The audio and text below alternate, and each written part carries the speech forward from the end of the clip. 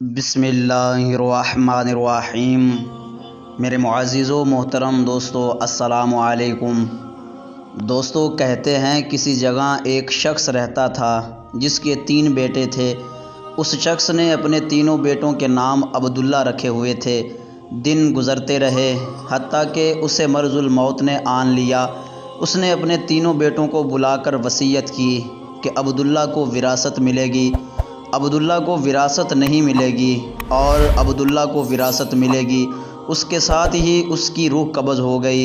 وہ خود تو فوت ہو گیا مگر اپنے بیٹوں کو حیرت میں ڈال گیا۔ یہ کیسے فیصلہ کریں کہ کن 2 عبداللہ کو وراثت ملے گی اور کسی ایک کو وراثت نہیں ملے گی؟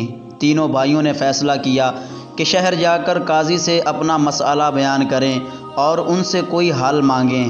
تینوں بھائی شہر کے لیے سفر پر روانہ ہو گئے۔ راستے میں انہوں نے ایک ایسے آدمی کو دیکھا جو اپنی کسی گمشدہ چیز کو تلاش کرتا پھر رہا تھا۔ ان بھائیوں کے پوچھنے پر اس نے بتایا کہ اس کی ایک اونٹنی گم ہو گئی ہے جسے وہ تلاش کرتا پھر رہا ہے۔ ایک عبداللہ نے پوچھا، کیا تیری اونٹنی ایک آنکھ سے کانی تھی؟ اس آدمی نے کہا، ہاں ایسا ہی تھا۔ دوسرے عبداللہ نے پوچھا، کیا تیری اونٹنی ایک ٹانگ سے لنگڑی تھی؟ اس آدمی نے جلدی سے کہا، بالکل صحیح، میری اونٹنی واقعی ہی ایک ٹانگ سے لنگڑی تھی۔ تیسرے عبداللہ نے اونٹنی کے مالک سے پوچھا، کیا تیری اونٹنی کی دم کٹی ہوئی تھی؟ تو اس نے خوشی سے کہا، بالکل ٹھیک، میری اونٹنی کی دم کٹی ہوئی تھی، بس جلدی سے بتا دو میری اونٹنی کہاں ہے؟ تینوں عبداللہ نے مل کر جواب دیا، باخدا ہمیں آپ کی اونٹنی کے بارے میں کوئی علم نہیں، ہم نے اسے نہیں دیکھا۔ اونٹنی کا مالک ان کی یہ بات سن کر غصے سے پاگل ہو گیا۔ اس نے فیصلہ کیا کہ ان تینوں کو کھینچ کر قاضی کے پاس لے جائے گا۔ اسے پورا یقین تھا کہ اس کی اونٹنی کو یہ تینوں ذبح کر کے کھا چکے ہیں اور اب اپنے جرم کو چھپانے کے لیے جھوٹ بول رہے ہیں۔ اونٹنی والے نے جب تینوں کو اپنا ارادہ بتایا تو انہوں نے کہا، ہمیں کوئی اعتراض نہیں کیونکہ ہم خود بھی قاضی کے پاس جا رہے ہیں۔ جب یہ چاروں لوگ قاضی کے پاس پہنچے تو اونٹنی والے آدمی نے قاضی سے اپنا قصہ بیان کیا۔ قاضی نے ان تینوں سے کہا، جس طرح تم تینوں نے اونٹنی کی نشانیاں بتائی ہیں اس کا ایک ہی نتیجہ نکلتا ہے کہ اونٹنی تم تینوں کے پاس ہے۔ بہتر ہے کہ تم اپنے جرم کا اعتراف کر لو۔ پہلے نے کہا، جناب اعلیٰ ہم نے اونٹنی کو نہیں دیکھا۔ ہاں البتہ اونٹنی کے آثار ضرور دیکھے تھے۔ جب میں نے اسے کہا کہ تیری اونٹنی ایک آنکھ سے کانی ہے تو میں نے دیکھا تھا کہ راستے کا ایک طرف کا گھاس خوب چرا ہوا تھا مگر دوسری طرف کا گھاس ویسے ہی موجود تھا۔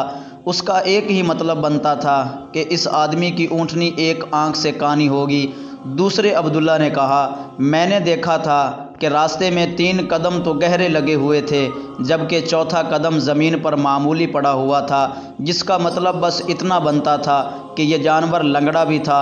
تیسرے عبداللہ نے کہا، اونٹ جب رات کو چلتے ہیں تو اپنا گوبر گراتے ہیں اور دم سے ادھر ادھر بکھیرتے ہیں، جبکہ جس راہ سے ہم آئے تھے وہاں پر گوبر ایک ہی لائن میں سیدھا گرا ہوا تھا، جس کا ایک ہی مطلب ہو سکتا تھا کہ اونٹنی کی دم کٹی ہوئی ہے جو اپنا گوبر دائیں بائیں پھیلا نہیں سکتی۔ قاضی نے بغیر کسی دیر کیے اس آدمی کی طرف دیکھا اور کہا، تم جا سکتے ہو، تمہاری اونٹنی ان لوگوں کے پاس نہیں اور نہ ہی انہوں نے اسے دیکھا ہے۔ اٹھنے والے آدمی کے جانے کے بعد ان تینوں بھائیوں نے قاضی سے اپنا قصہ بیان کیا، جسے سن کر قاضی بہت حیران ہوا۔ ان تینوں سے کہا، تم آج کی رات مہمان خانے میں ٹھہرو، میں کل تمہیں سوچ کر اس کا کوئی نہ کوئی حل بتاؤں گا۔ یہ تینوں بھائی مہمان خانے میں جا کر ٹھہرے تو انہوں نے محسوس کیا کہ ان کی نگرانی کی جا رہی ہے۔ کچھ دیر کے بعد ان کے لیے کھانا لایا گیا جو پکے ہوئے سالن اور روٹیوں پر مشتمل تھا۔ پہلے بھائی نے کھانے کو دیکھتے ہی کہا، یہ سالن کتے کے گوشت کا بنا ہوا ہے۔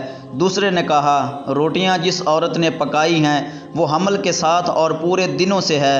تیسرے نے کہا، یہ قاضی اپنی ماں کی ناجائز اولاد ہے۔ بات قاضی تک پہنچ گئی۔ اس نے تینوں کو دوسرے دن اپنی عدالت میں طلب کر لیا اور تینوں سے مخاطب ہو کر کہا، تم میں سے کس نے کہا تھا یہ کتے کا گوشت پکا ہوا ہے؟ پہلا بولا، میں نے کہا تھا۔ قاضی نے باورچی کو بلا کر پوچھا تو اس نے اعتراف کیا کہ پکانے کے لیے گھر میں کچھ نہیں تھا۔ تو اس کو شرارت سوجی اور اس نے کتا مار کر اس کا گوشت پکایا اور ان کو کھانے کے لیے بھجوا دیا۔ قاضی نے پہلے سے پوچھا، تمہیں کیسے پتہ چلا یہ گوشت کتے کا گوشت ہے؟ اس نے بتایا، گائے، بکری یا اونٹ کے گوشت کے نیچے چربی لگی ہوتی ہے، جبکہ یہ سارا گوشت چربی نما تھا جس کے نیچے کہیں کہیں گوشت لگا ہوا تھا۔ قاضی نے کہا، تم وہ عبداللہ ہو جس کو اپنے باپ کے مال میں سے وراثت ملے گی؟ قاضی نے دوبارہ ان سے مخاطب ہو کر پوچھا، کس نے کہا تھا کہ یہ روٹیاں ایک ایسی عورت نے بنائی ہیں جو 9 ماہ کے حمل کے ساتھ اور اپنے پورے دنوں کے ساتھ ہے؟ جواب میں دوسرے نے کہا، میں ہوں جس نے یہ کہا تھا۔ قاضی نے پوچھا، تمہیں کیوں کر لگا؟ تو اس نے کہا، میں نے دیکھا کہ روٹیاں ایک طرف سے پھولی ہوئی ہیں اور خوب پکی ہوئی تھیں، جبکہ دوسری طرف کچی اور موٹی رہ گئی تھیں۔ میں نے اس سے یہی نتیجہ اخذ کیا کہ روٹیاں بنانے والی ایک ایسی خاتون ہے جس سے تکلیف کے مارے زیادہ جھکا نہیں جا رہا اور وہ سامنے کی چیز بھی نہیں دیکھ پا رہی۔ اس کا مطلب یہی بنتا تھا کہ عورت حاملہ ہے اور روٹیاں بنانے میں تکلیف محسوس کرتی رہی ہے۔ قاضی نے دوسرے سے کہا، تم وہ عبداللہ ہو جسے باپ کی وراثت میں سے حصہ ملے گا؟ پھر قاضی نے تینوں سے مخاطب ہو کر پوچھا، یہ کس نے کہا تھا کہ میں والد الحرام ہوں؟ تیسرے نے کہا، یہ میں نے کہا تھا۔ قاضی اٹھ کر اندر گیا اور اپنی ماں سے پوچھا، کیا یہ بات سچ ہے کہ وہ اپنے باپ کی ایک ناجائز اولاد ہے؟ تو اس کی ماں نے کہا، یہ سچ ہے کہ تم میری ایک ناجائز اولاد ہو۔ قاضی نے واپس آ کر اس تیسرے عبداللہ سے پوچھا، تمہیں کیوں کر معلوم ہوا کہ میں اپنی والدہ کی ایک ناجائز اولاد ہوں؟ اس نے جواب دیا، اگر تم حلالی ہوتے تو مہمان خانے میں ہم پر نگران مقرر نہ کرتے، نہ ہی کتے کا گوشت ہمیں پکوا کر کھلاتے اور نہ ہی کچی روٹیاں کسی مظلوم عورت سے بنوا کر ہمیں کھلواتے۔